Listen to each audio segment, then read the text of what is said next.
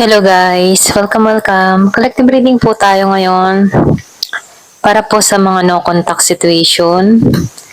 Tingnan natin kung ano yung energy ng person mo. Sa mga nakikibalita po sa kanilang mga person, tingnan natin kung ano yung kanyang sitwasyon. Give me the message. Ano yung sitwasyon ng tao mo?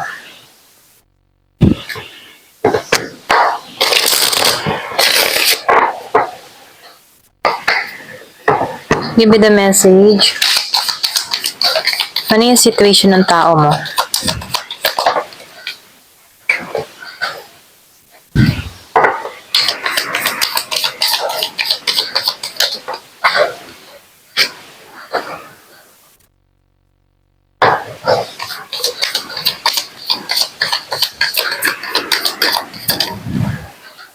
Meron kang tao dito na meron tong ginagawang pag-iintay.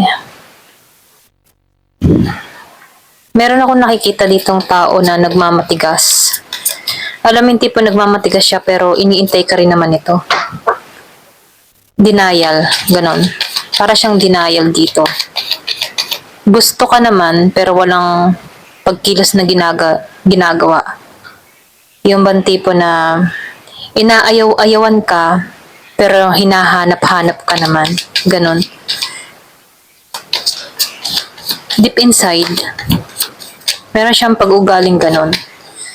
Meron ako nakikita kang tao dito na nagmamatigas. Nagmamatigas siya kahit wala naman din kahantungan yung pagmamatigas niya. Okay? Lumabas. Gusto na tong tao na to na makaalwan or yung bang tipo na maging maluag, magaan, lahat yung sitwasyon na nararanasan niya dito.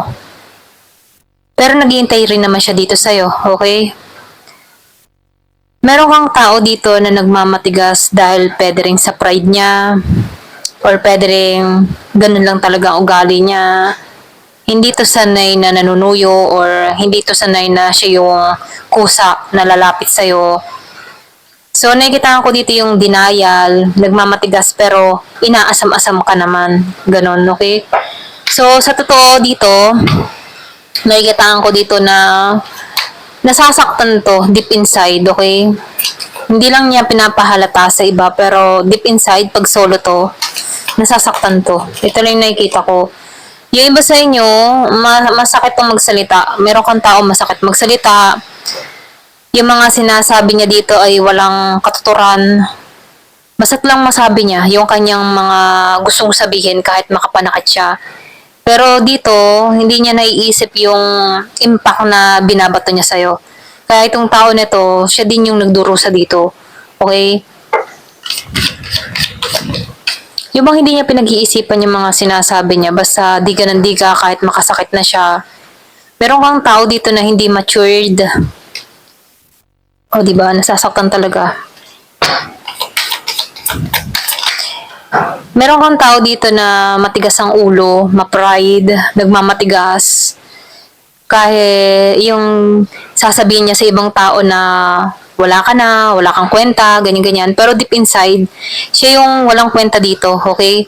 Siya yung hindi gumagawa ng hakbang para ayusin dahil na naninindigan siya sa mali niyang pananaw. Ito na yung nakikita ko. Kasi meron ka ditong tao na meron siyang sariling pananaw, meron siyang pagre-rebelde na ginagawa na kung saan siya din naman yung nagdudusa. Meron kang tao dito na hindi makatulog, balisa, ayan. So, meron tong ginawang kalokohan sa'yo. Ito rin nakikita ko. Yung bang tipo na siya na nga yung may ginawang kalokohan, ikaw pa yung binabaliktad niya sa sitwasyon, ikaw pa yung ginagawa niyang, parang ginagago ka, alam mo yun. So, nakikitaan ko dito, takot tong lumapit sa'yo, takot siyang mag-attempt sa'yo, okay? Hindi siya yung tipo ng tao na susuyuin ka, mangungumbinsi sa'yo, hihingi ng tawad. Hindi siya ganun ano, kasi mataas ang pride nito. Kahit siya yung may mga pagkakamali dito, siya pa rin yung sa tingin niya tama yung ginagawa niya. Alam mo yun, ito rin nakikita ko. So, nakikita ko dito, meron kang tao dito na meron tong mga nilihim na pagkakamali sa'yo, meron tong nilihim na, or meron tong mga pagsisinungaling na ginawa sa'yo. So, nakikita ko dito, nagbigay ito ng betrayal sa'yo. Ito rin nakikita ko, merong binitray dito. Kaya itong tao na to, hindi to nagiging tapat sa'yo. Nung nagsasama pa kayo, no, hindi to nagiging tapat sa'yo. Pero ganun pa man, kahit siya'y ganito, no, alam ng tao na to na sa tingin niya, ikaw ay lalapit muli sa kanya dito. Kaya may pag-iintay ito eh. Ito lang yung nakikita ko. Yung iba sa inyo, huli mo na to, pero todo deny, todo ang kanyang pagtanggi. Tapos binabaliktad niya yung sitwasyon. Ito lang yung nakikita ko dito. Kaya itong tao mo ngayon, nasasaktan siya. Masasaktan siya kasi ikaw mismo, hindi ka lumalapit dito. Yung pag-iintay niya dito, hindi nagkakaroon ng magandang resulta. Okay? So, nakikita ko dito, tingin ng tao mo dito na ikaw yung in love sa kanya, ikaw yung habol na habol sa kanya. Kaya dito, yung inaasahan niyang ganong sitwasyon na mangyayari na ikaw yung manunuyo dito, hindi ka kumikilos dito. Kaya ito, yung kanyang haka-haka dito, bumabaliktad. Siya ngayon ang nasasaktan dito. Ito lang yung nakikita ko. Yung iba sa inyo, pinasasakay ka ng tao na to, okay? Meron ako nakikita dito na Gemini, Aquarius, Libra, merong Aries, merong Leo, Sagittarius. Ayan. So, lumabas pa to, no? Malakas yung Gemini. So, meron tong ginawang kalokohan sa'yo. Ayan. Meron kang taong controlling, nagmamanipula, ng kaisipan mo, mahabang panahon kang niloko. Pero meron tong kausap na iba, okay? Meron tong pagsisinungaling na ginawa sa'yo. Yung iba sa inyo, nasaksihan mo to or nalaman mo to. Kaya lang itong tao mo, malakas yung confident niya na ikaw yung lalapit muli sa kanya dito.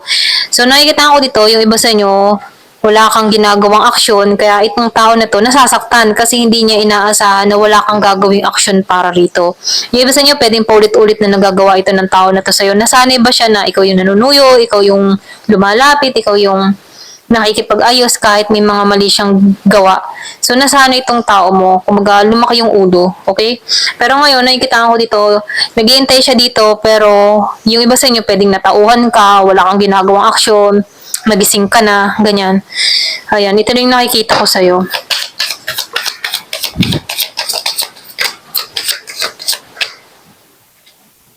O, di ba? Talagang sobrang pasakat ang ginawa ng tao na to sa'yo. Ito rin nakikita ko. Nag-sacrifice ka talaga ng bonggang-bongga dito. Kaya lang natauhan ka eh. Yung iba sa inyo, yung matipong dahil sa panggagago, panluloko ng tao na to sa'yo, nagsawa ka or pwede rin ikaw mismo tinanong mo yung sarili, tama pa ba to? Tama pa bang magtiis ako dito? Okay? Yung iba sa inyo, no, nakikitaan ko dito, nagkaroon ka ng sense or intuition or pwede rin nabuksan yung kaisipan mo, ginising ka dito. So, nakikitaan ko dito, yung iba sa inyo ginising eh, or pwede rin natauhan ka na. Ayan. Kasi dito, no, nananalangin ka eh, or pwede rin meron kang advice na narinig, may nag-advise sa'yo na tao kung bakit natauhan ka, namulat ka sa katotohanan, pinamulat sa yung katotohanan dito. Ito lang nakikita ko. Oo. So, lumalabas talaga, no? Yung iba sa inyo, umalis ka talaga ng litong-lito. Okay? Litong-lito yung isip mo. Nagpasya ka dito na ang bigat-bigat ng kalooban mo kahit mahal mo to. Ito lang nakikita ko. Minahal mo tong tao na to. Sobra yung pagmamahal na ibinigay mo dito sa tao na to, kaya lang may tukso. Ayan, tinukso. At yung tao mo dito nagpatukso. Okay, minahal mo to ng totoo, minahal mo siya higit pa sa kaya mong ibigay dito. Kaya lang dahil marami tong ginawang kalokohan sa'yo dito, na nasaktan ka rin dito, nagbigay din to ng pasakit sa'yo. Kaya dito, no, inalisan mo to na sobrang mabigat yung kalooban. Yung iba sa inyo, nag-travel ka or umalis ka or naglipat ka ng trabaho, naglipat ka ng bahay. So, nakikita ko dito yung mabigat yung kalooban mo na inalisan mo tong tao nito. Yung iba sa inyo, may anak ka dito or meron kang dalang anak, okay? So, nakikita ko dito may anak. Ayan. kung sino man to. Malakas yung Pisces, malakas yung Scorpio, merong Cancer, then merong Gemini, Aquarius, and Libra. Ayan, ito na yung nakikita ko dito. So, tingnan naman natin, kasi nasaksihan mo lahat ng mga nangyari sa tao mo, nagising ka dito, tingnan natin kung ano ba yung kanyang iniisip kapag siya'y nag-iisa, okay?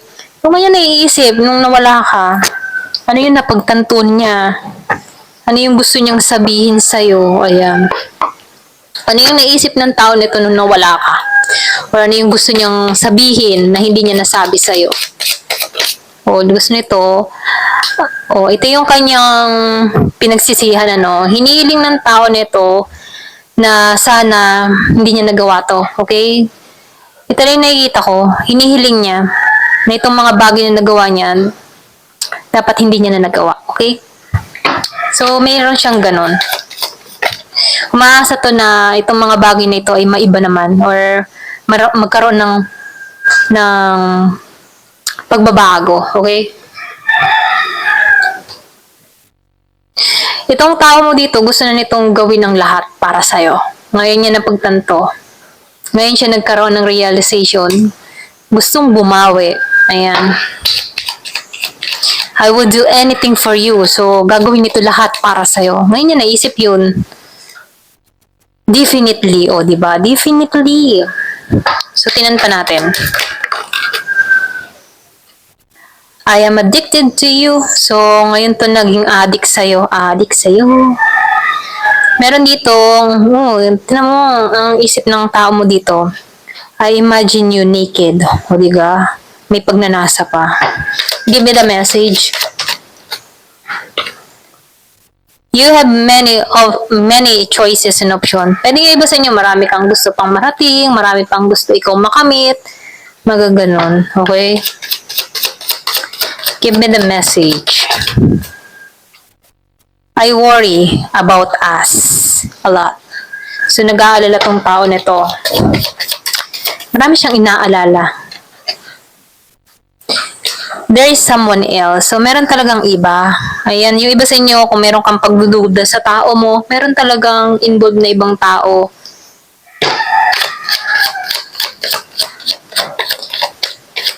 Yung man tipo na halimbawa, siya yung gumagawa ng kalokohan, binabato niya sa'yo na ikaw yung gumagawa ng kalokohan. Ganon. Iniisip niya na ikaw yung nagloloko, ikaw yung merong lalaki, ikaw yung may babae, ganyan. Kahit siya yung gumagawa ng ganong kalokohan, sa'yo niya binabato. I am in so much pain. So, nasasaktan tong tao na to. Kailangan niya ngayon ng panahon. So, yung sinabi ko kanina, nasasaktan to. So, totoo talaga, nasasaktan siya dito.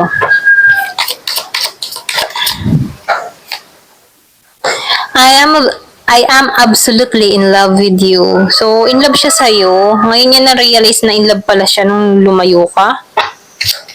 Tumalsik to. I miss you. Do you?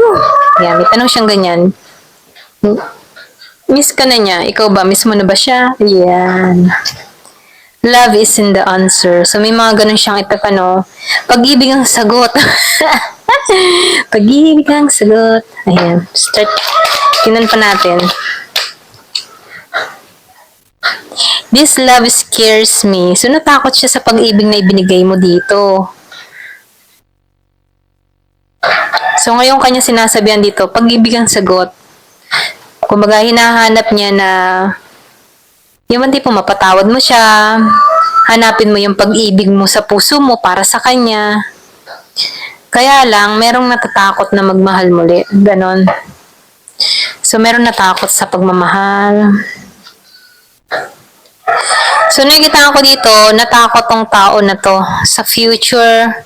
Or pwede rin sabihin na meron tong kasinungalingan, meron tong mga pangako sa'yo sa hinaharap, na ganyan, ganon, ganyan. So, nakikitaan ko dito, meron siyang kasinungalingan na ginawa. Nangako siya, pero plus kasinungalingan, okay? Para sa hinaharap. Pwedeng hindi niya kayang ibigay yung gusto mo para sa hinaharap. Ayan, pwedeng marami kang ninanais, marami kang dream para sa future niyong dalawa. nausan itong tao na to, hindi niya kayang maibigay, kaya nagsisinungaling siya sa'yo.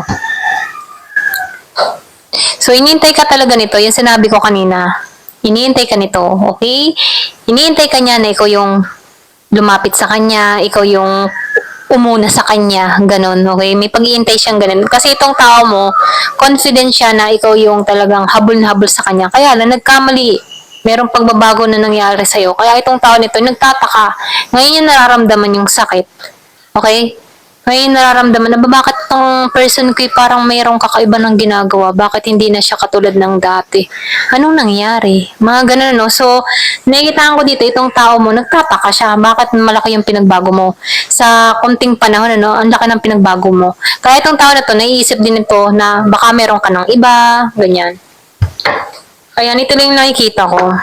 Ayan. Thank you for watching. Love and peace.